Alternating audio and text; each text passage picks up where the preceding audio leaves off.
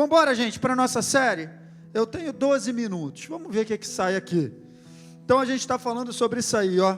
Espírito Santo, poder disponível e indispensável. E aí eu abri com você, com esse texto aqui do D.L. Moody, a solução para os problemas da igreja hoje reside em solucionar os problemas de cada cristão individualmente. E o remédio é uma pessoa, Ele é o antídoto para todo erro, o poder para toda fraqueza, a vitória para toda derrota, o suprimento para todas as necessidades e a resposta para todas as perguntas. E Ele está disponível para um ou outro, para todo crente, pois Ele vive no coração e na vida de cada. As respostas e o poder já nos foram dados na pessoa do Espírito que vive em cada um de... Meu Deus, que maravilha! Tudo o que você precisa está em ti, querido. A pessoa do Espírito Santo habitando em você. Lucas 11:13, esse é o nosso texto base. Se vocês, apesar de serem maus, sabem dar boas coisas aos seus filhos, quanto mais o Pai que está no céu dará. Aleluia. E semana passada foi a nossa primeira aula e a gente falou aqui sobre o que, gente? A gente falou realmente mostrando que Ele é um poder disponível e indispensável. Não foi isso? A gente não mostrou lá em Atos, a gente mostrou as promessas, a gente mostrou o revestimento, a gente mostrou, né, o empoderamento do Espírito Santo, como que as coisas mudaram, né? Então é isso. E hoje eu quero continuar ainda um pouquinho nessa pegada, para você ver duas coisas básicas, ou três. Primeiro, que Ele é indispensável e está disponível. Segundo, que Ele é Deus, o Espírito Santo é Deus. Você tem que saber disso. Não existe diferença entre as pessoas da Trindade. Deus é três em pessoa, mas é um em essência. Então, o Pai é Deus, o Espírito é, e o Filho é, os três. Então, tem a mesma importância. Tá? Então, eu quero te mostrar que o Espírito Santo, ele também é um espírito de movimento. Amém? Então, o Espírito Santo, ele é o que, gente? O quê? Deus em movimento. E por que ele se movimenta? Você vai entender. Aonde o Espírito Santo está, aonde ele está presente, tem movimento, tem poder, um poder criativo, coisas sobrenaturais acontecem. Salvação de almas, cura, libertação. Aonde o Espírito Santo está, alguma coisa, gente, acontece. E a gente vai ver o Espírito Santo se movimentando ao longo de toda a história da igreja, toda a palavra de Deus, a história do povo de Israel, toda a Bíblia, de Gênesis a Apocalipse, que é o livro da revelação que foi dada a João por quem, gente? Pelo Espírito Santo. O Espírito Santo é disponível e indispensável. Então, eu quero começar lá por Gênesis, capítulo 1, no verso 2, a Bíblia diz que no princípio criou Deus os céus e a terra era sem forma e trevas cobriam a face do abismo, porém, o Espírito de Deus se movia sobre a face das águas. Aleluia. Interessante que a gente vê no verso 1, a Bíblia dizendo que Deus criou céus e terra, e no segundo verso dizendo que era sem forma e vazia. Você acha que Deus vai criar alguma coisa sem forma e vazia? Então os estudiosos dizem que entre o capítulo 1, o verso 1 e o verso 2 de Gênesis tem anos. Porque exatamente a queda de Satanás, né? Porque Jesus disse: eu vi Satanás cair do céu como um raio. E o que os estudiosos chamam aí a ciência chama de Big Bang, explosão. Na verdade, a queda de Satanás. que na verdade a queda de Satanás, ou o Big Bang, não criou nada, mas destruiu tudo. Então Deus criou, a queda de Satanás meio que deformou, e Deus depois veio restaurando tudo que ele havia criado a partir do verso 2. O Espírito de Deus se movia sobre a face do abismo, sobre a face das águas. Então, Deus, você vai ver no livro de Gênesis, o livro da criação, Deus, liberando a palavra, e disse: Deus, haja luz, e houve. Quem é que era esse poder criativo? A interação da Trindade. Deus, Jesus estava lá também, e ele era o quê? A palavra, ou seja, Jesus e o Espírito Santo, trazendo a existência, se movendo e trazendo e criando tudo que a gente vê. Então, a interação perfeita da Trindade na criação e por toda a palavra de Deus. Então é isso aqui, de Gênesis a Apocalipse, o Espírito Santo está sempre sempre, querido. E na minha e na tua vida, o Espírito Santo está em movimento, transformando a nossa vida, transformando as circunstâncias que nós enfrentamos. O Espírito Santo está presente. Em João, o evangelista, ele tem essa noção, quando ele diz, ele está falando de Jesus, todas as coisas foram feitas por intermédio, e sem ele nada do que existe teria sido.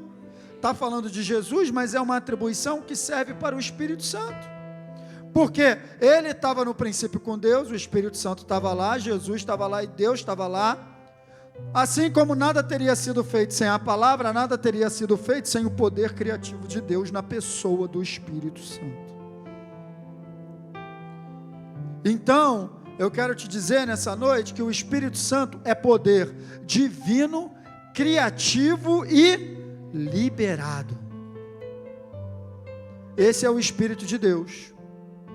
E a gente vai ver ao longo de todo o Antigo Testamento, Novo Testamento, o Espírito Santo operando obras grandiosas através do seu poder criativo, sobrenatural, divino, que era liberado. Na vida dos profetas, na vida de homens, tudo quem fazia era o Espírito Santo. A gente vai ver vários exemplos, como por exemplo, Juízes 6:34. Então o Espírito do Senhor, quem é o Espírito do Senhor, gente? O Espírito Santo. O que aconteceu? Apoderou-se de Gideão, e ele com toque de trombeta convocou o abiesritas para segui-lo. Então, Gideão, que estava ali covardemente malhando trigo no lagar, no momento que o Espírito Santo toma posse dele, empodera ele, se apossa dele, ele se torna um homem valente a ponto de convocar todo Israel para segui-lo numa guerra. Poder liberado na pessoa do Espírito Santo. Diversas vezes você vai ver isso por toda a história do Antigo Testamento. A mão de Deus através do Espírito Santo conduzindo, e não pode, querido, olha aqui para mim, não pode ser diferente conosco. Não existe vida cristã sem o Espírito Santo. Não existe igreja sem o Espírito Santo. Não existe mudança sem o Espírito Santo. Não existe nada sem o Espírito Santo. Sem ele nada é criado, nada é gerado. Aqui também ainda em Juízes, o Espírito do Senhor agora ele se apossa de quem? Sansão. E ele sem nada nas mãos, rasgou o leão como se fosse um cabrito. Na força dele, gente? No poder, na influência do Espírito Santo. E a vida de Sansão é maravilhosa, porque para mim, no Antigo Testamento, é o homem que mais foi usado pelo Espírito Santo nesse tipo de poder aí. Então você vai ver o Espírito Santo ao longo de toda a história, ele se apoderando, ele tomando posse de pessoas e fazendo coisas grandiosas, transformando pessoas comuns em pessoas poderosas. O Espírito Santo faz isso na tua vida. Você não é uma pessoa comum, você é uma pessoa cheia de poder, porque o Espírito Santo habita em você. Você tem poder, cara. Olha isso. Isso aqui era uma influência externa, que o Espírito Santo vinha na vida de alguns homens, mas em você, ele mora aí dentro,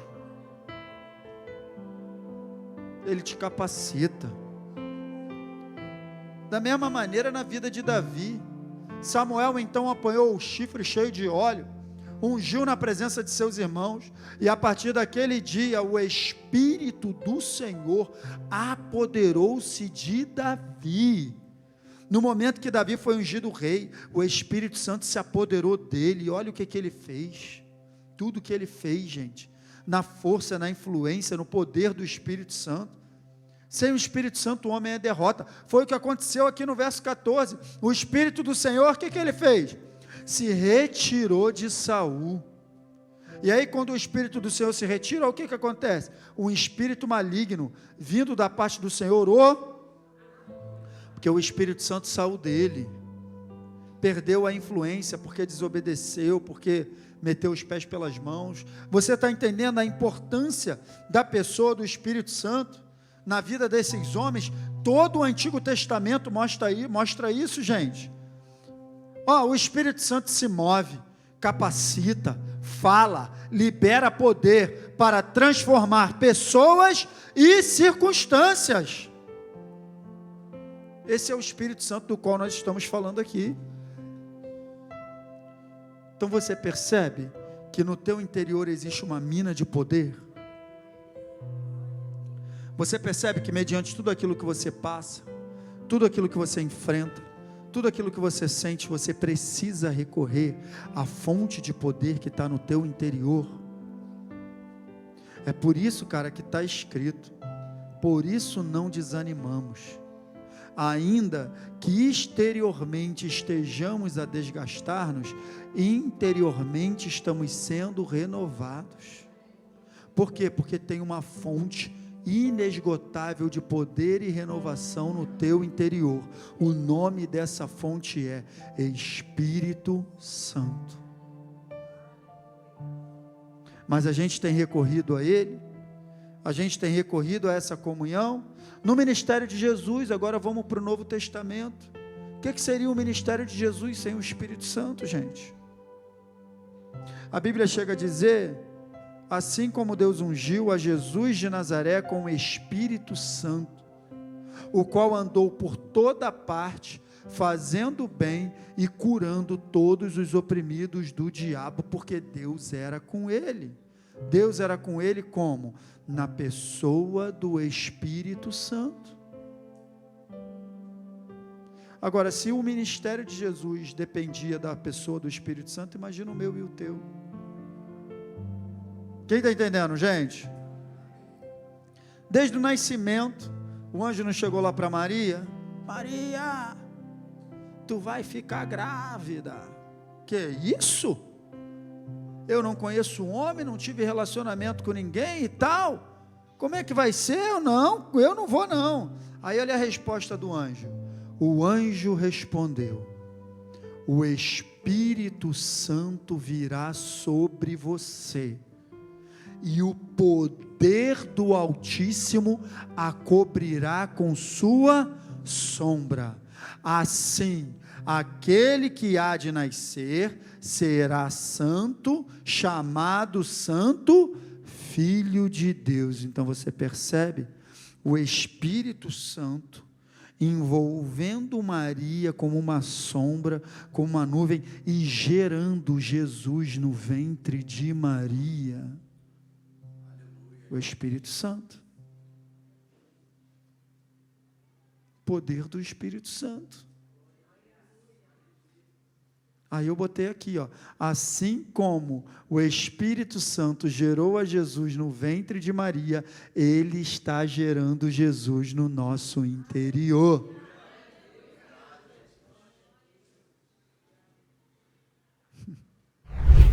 Então você percebe isso? Gerando o próprio Jesus no nosso interior. E depois no batismo, olha só, dá uma olhada comigo. Assim que Jesus foi batizado, ele saiu naquele momento, os céus se Abriram e ele viu o Espírito de Deus descendo como uma pomba e pousando sobre... Caramba, olha a presença do Espírito Santo no ministério de Jesus. Gerando no ventre virginal, no ventre virgem de Maria, e agora no batismo selando o início do ministério de Jesus. Aqui marca o início do ministério de Jesus. Aí quando a gente vai lá para Lucas 4, que fala dessa mesma passagem, olha o que está escrito. E Jesus, cheio do Espírito Santo, voltou do Jordão e foi levado pelo Espírito, ou seja, Jesus saiu do batismo como, gente? Então, preste atenção aqui, ó. Só depois de ser cheio do Espírito Santo é que Jesus foi lançado em seu ministério. Só depois disso. Então, como é que eu e você queremos caminhar uma vida cristã ou trabalhar para Jesus sem o poder do Espírito Santo, gente? Ele é o nosso melhor amigo, a gente precisa ter comunhão com Ele. Muita coisa daquilo que de repente você não está conseguindo fazer, quando você recorrer a Ele, vai ficar facinho. Está entendendo? Então, Ele é poder disponível, assim como está escrito, eu quero falar um pouquinho disso, em Atos 1:8, quando Jesus, Ele fala isso aqui, ó, receberão o que, gente? Essa palavra no original é dunamis. Dá a ideia, sabe de quê? Dunamis, de uma dinamite, um poder explosivo, um poder criativo. Você percebe, o Espírito Santo vem criando coisas. Ele criou no Gênesis, ao longo da história no Antigo Testamento, ele gerou Jesus no ventre de Maria, sabe? Ele estava lá no batismo de Jesus, ele credenciou o ministério de Jesus, e ele está na nossa vida criando coisas. Então você percebe, quando o Espírito Santo descer sobre vocês, e vocês serão minhas testemunhas em Jerusalém, toda a Judéia e Samaria, e até os... Então, dunamis é isso aqui, ó. A tradução seria isso aqui, ó. Poder, ou essa palavra também era utilizada para definir o pleno poder de um exército em marcha. Então, você sabe o que é o Espírito Santo? Se a gente juntar os dois, o Espírito Santo é o que faz a igreja ter um avanço poderoso e explosivo. É o Espírito Santo.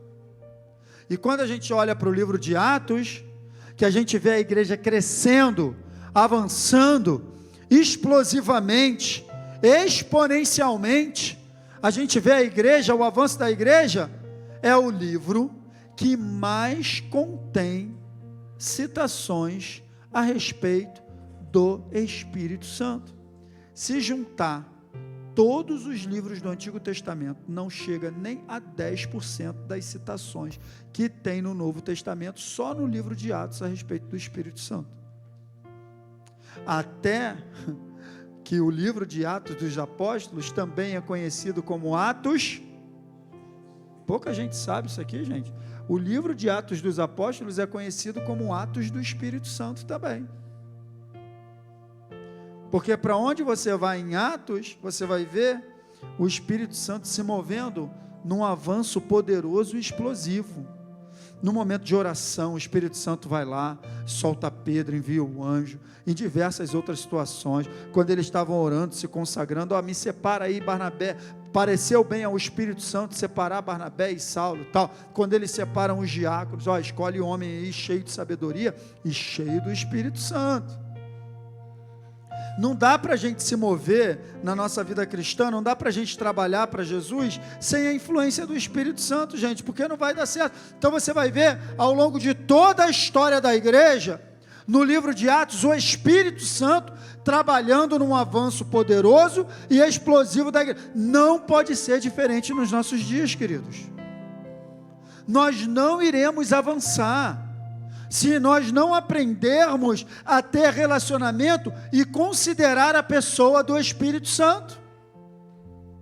Ele é poder de avanço disponível, indispensável, poder explosivo, ele faz as coisas acontecerem na nossa vida. Ele que manifesta os sinais. Você está entendendo isso? A ponto, do escritor aos Hebreus, ele dá essa declaração também, no capítulo 2, verso 4. Está falando da salvação que tem sido anunciada. E aí ele diz o seguinte: Deus também deu testemunho dela. Dela quem? Da nossa salvação, da salvação que a gente prega. Depois você lê o contexto lá, você vai ver que está falando disso. Deus também deu testemunho da salvação dela por meio de sinais, maravilhas, diversos milagres e dons do Espírito Santo, distribuídos de acordo com a sua. Então preste atenção aqui, os sinais realizados pelo Espírito Santo testemunham a salvação que pregamos.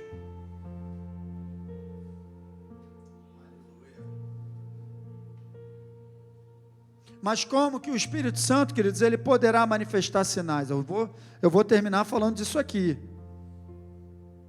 Romanos, Paulo fala mais ou menos a mesma coisa do que a gente acabou de ler em Hebreus. Não me atrevo a falar nada daquilo que Cristo realizou por meu intermédio, em palavra ou em ação, a fim de levar gentios a obedecerem a Deus. Percebe? Ei, olha aqui para mim. Paulo está dizendo, quando eu vou pregar o Evangelho, eu não falo nada por mim. Não são minhas palavras, nem ações minhas que convencem as pessoas, olha lá. Mas como que ele fazia? Pelo poder de sinais e por meio do poder do Espírito de Deus. Assim, desde Jerusalém e arredores até Lírico, proclamei plenamente o Evangelho de Cristo. Paulo está dizendo, o Evangelho que eu proclamo é seguido por sinais do Espírito Santo. E por meio dos sinais do Espírito Santo, é que os gentios eram convencidos, é o que eu coloquei aqui. A pregação do Evangelho deve, queridos, olha só, não é uma opção, deve ser acompanhada dos... Eu tenho falado isso aqui na igreja. É tempo dos sinais se manifestarem. Na verdade, esse tempo nunca deveria ter parado. Porque ao longo de toda a história da igreja, você vai ver o Espírito Santo selando. Ei, olha aqui para mim. Selando a pregação do Evangelho com sinais. Agora, por que os sinais estão tão escassos no nosso tempo? É o que eu falei aqui. Você faz uma reunião de oração, quanta gente vem? Pouquíssimas pessoas. Vai olhar a atitude da igreja primitiva. Volta e meia estavam reunidos em oração, papapá. Estavam em oração reunidos na casa de fulano. Estavam reunidos, papapá, oração. E quando estavam reunidos, estavam orando e jejuando. Então o Espírito Santo estava... Cara, tem a nossa cooperação. É o que eu falei, tudo na nossa vida é prioridade. Por exemplo, a oração de terça-feira. Tem muita gente que pode vir e simplesmente não vem. Mas a gente quer ver sinal. Mas a gente quer ver prodígio. Ver estrelinha. Anjo com bandeja, entrar na igreja, distribuindo o cu. Não vai entrar, querido.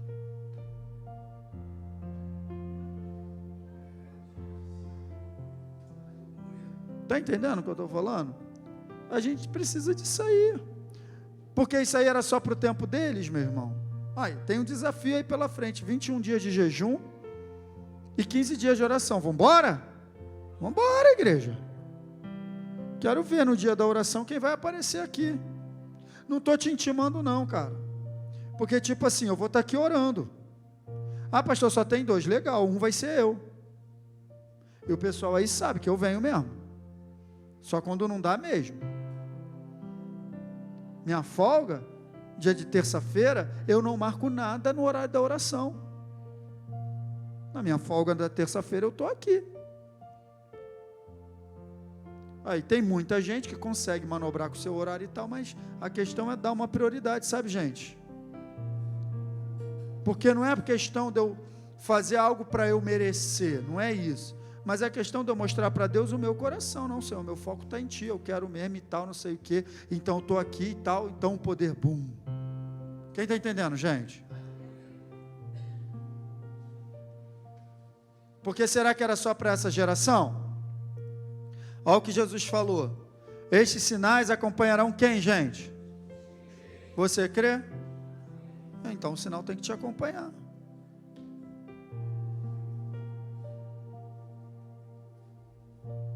Em meu nome vai fazer o que, gente? Expulsarão demônios. Falarão, pegarão, e se beberem, não lhes fará, imporão as mãos, e estes. Aí eu te pergunto, muitas vezes, o que está acontecendo com a gente é o crer. Porque o crer não é uma questão de eu crer ontem. Aí você fala assim, ó, eu creio, legal, eu sei que você crê. Você entregou sua vida a Jesus e tal, mas você está crendo agora que Ele pode fazer um milagre agora? Porque essa palavra crer, no original, dá a ideia de alguém que está na expectativa a qualquer momento. Estes sinais acompanharão, é o que eu botei aqui, ó.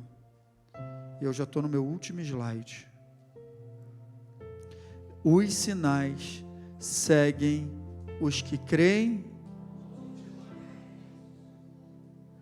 Então sou eu que tenho que garantir que eu estou crendo hoje, e amanhã, e depois, e depois, e depois, e os sinais acompanham aqueles que estão sempre crendo.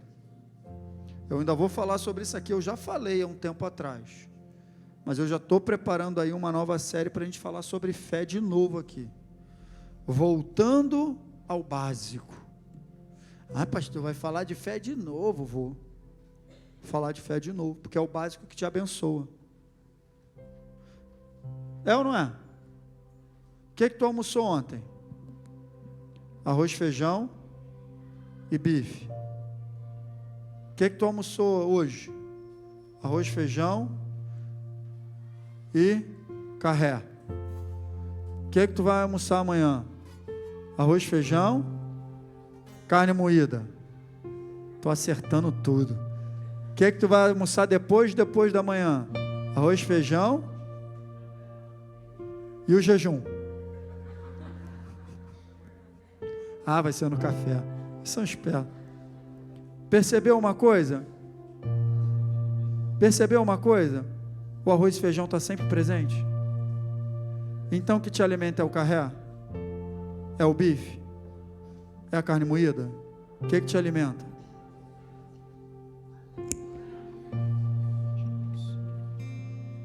É o básico. É o básico da palavra, é o arroz com feijão. Então a gente vai voltar a falar sobre fé, e aí você vai entender que a fé não é uma questão de ser muito ou pouca, é uma questão dela permanecer ativa. Quando Jesus falou, homem de pequena fé, ou de pouca fé, ele não está falando ali num conteúdo da minha fé ser pequena ou grande, no sentido de tamanho, porque a palavra no original, óligo, fala de uma pequenez na questão da durabilidade, como Pedro, por exemplo, ele bota o pé para fora da água, cheio de fé, amém? E ele anda sobre as águas, sim ou não? Sim, então ele está cheio de, a fé dele está ligada, e de repente ele começa a afundar, então ele saiu do 100 para o 0 de uma hora para outra, de fé? Não, a fé dele desligou. Então Pedro, Jesus quando pega ele pela mão, leva até o barco, fala, homem de pequena, Jesus está dizendo para ele, Pedro, tua fé durou pouco. Está dizendo que tua fé é pequena, porque se Jesus estivesse falando de uma fé pequena, seria contraditório ele dizer que uma fé do tamanho de um grão de mostarda resolve.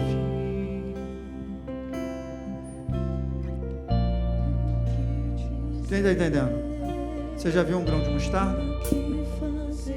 Então não é uma questão de ser grande ou pequeno, é uma questão de eu crer hoje, crer amanhã e crer depois da manhã. Eu estou crendo. É fácil isso, Luiz? Não. Porque Satanás trabalha exatamente aí, levantando situações para você desligar a fé. E o que que desliga a fé? A dúvida. Só o pastor Ronald. A dúvida. Porque fé há, e aonde tem dúvida não tem. Então Jesus pega Pedro, leva para dentro do barco e fala assim: homem de pequena fé, por quê? Porque duvidou. Então Pedro, a gente sabe que ele olhou para quê, gente? Para a tempestade que ficou mais forte, para o vento que aumentou e a dúvida entrou. Satanás está movimentando situações na tua vida, fazendo coisas piorarem, só para você olhar para elas e a dúvida entrar no teu coração e desligar a tua fé. Não olhe para as circunstâncias, continue crendo e olhando para Jesus.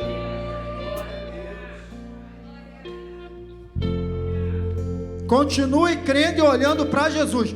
Não permita essa situação. Pastor, mas eu fiz um exame novo e o negócio piorou. Não olha para a circunstância. Continua crendo e olhando para Jesus. Essa circunstância é para desligar a tua certeza. Pastor, mas agora a situação do meu filho piorou, porque ele só bebia, agora ele está bebendo e fumando. Dessa circunstância é para desligar a tua certeza. Não olhe para a circunstância, continue olhando para Jesus. Pastor, mas a dívida aumentou, porque lá no emprego diminuiu, mandou gente embora. Essa circunstância é para desligar a tua certeza. Não olhe para a circunstância, continue olhando para Jesus.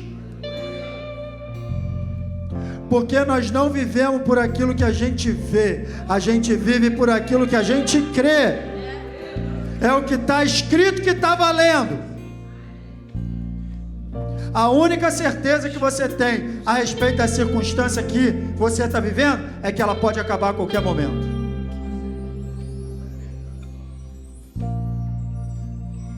O Espírito Santo fortalece isso no teu interior. Amém, queridos? Fique de pé, vamos adorar a Deus.